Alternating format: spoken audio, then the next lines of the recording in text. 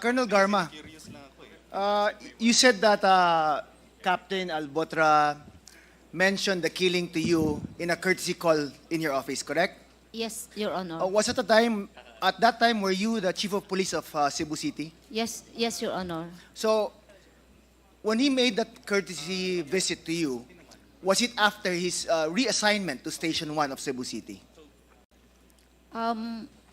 Was it after? Was it when he was reassigned to Station 1? During that time, wala pa po siyang assignment sa... Wala pa? I am deciding pa po kung saan ko siya ilalagay. Kasi But he was call. returned to you back to you in Cebu City. Yun ang understanding ko po nung sinabi din nila na galing na siya doon dati. Pero hindi ko na po pinansin yun, Mr. Chair. Alright. So after he mentioned that to you na sila nga yung may tumira kay Mayor Halili, it was you who assigned him to a station as Chief of Police. Yes, Mr. Chair. Now, in that station, did he perform well naman, si Captain Albutra? Maayos naman, Mr. Maayos Chair. naman. Wala naman kayong away. Wala po, Mr. Chair. There was Your no Honor. miscommunication, misunderstanding between you and Captain Albutra. Wala po. He had no complaints against you also. Wala din po. Wala din. Okay. Now, Captain Albutra, in your affidavit, you repeatedly said that the allegations made by Colonel Garma are pure chismis, no? Made-up stories, correct? Yes po, Mr. Chair. Narinig naman po natin yung sinabi niya yun, Mr. Chair. May chismis po, Mr. Ito ba Chair. yung first time na narinig mo na ikaw ay implicated in the murder of the Mayor Halili? Yes po, Mr. Chair. First time. When Colonel Garma mentioned it. Yes po, Mr. Chair. So that was the first time in your entire career that you heard such allegations? Yes, Mr. Chair. Okay, now, would Colonel Garma have any reason to implicate you, Captain Albutra? At first, Mr. Chair, I can't think of any, Mr. Chair. Nagulat din po ako, Mr. Chair. Nagulat. Now, why of all the police officers that she knows, bakit ikaw? Yes, Mr. Chair. What is so special about Captain Albutra? That's why I thought, Mr. Chair, na-confuse po si ma'am siguro, Mr. Chair. Confused.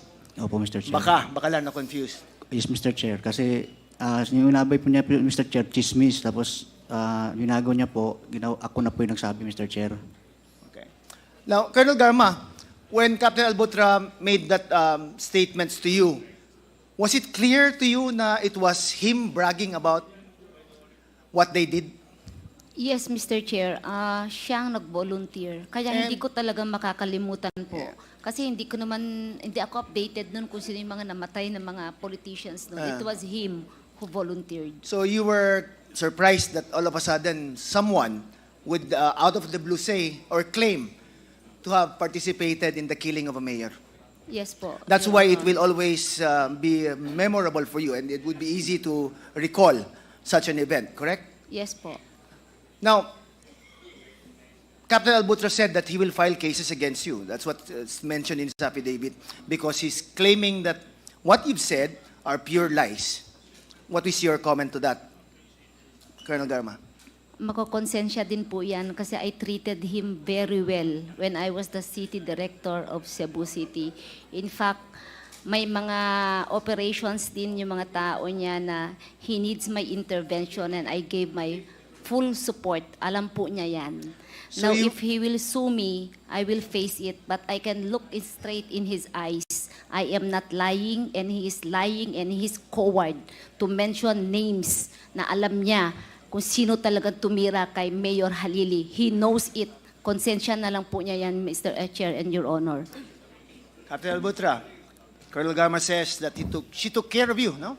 Nilagaan ka, pinotektahan ka, Totoo po yan, Mr. Chair. now, ikaw pa yung may lakas ng loob daw na mag-file ng kaso against Mr. Colonel Chair, Garma. grabe po yung Mr. Chair, grabe po yung impact nung binanggit niya po yung pangalan ko, Mr. Chair. Grabe po talaga, Mr. Chair. Hindi ako nakatulog ng mga ilang araw. Hanggang ngayon, Mr. Chair, hindi pa po ako nakatulog ng kompleto. Pero kaya ko namang Mr. Chair, kalimutan, Mr. Chair, yung sinabi ni Ma'am, Mr. Chair. So hindi ka nakatulog because sinabi ni Garman na you were involved. But nakatulog ka na sinabi mo kay Garman na pinatay niyo yung tao. Okay lang sa iyo. Hindi na konsensya doon. Again, Mr. Chair, wala po talaga akong maalala na nagsabi ako ng ganyan kay Ma'am, Mr. Chair. So walang naalala doesn't mean that hindi mo ginawa.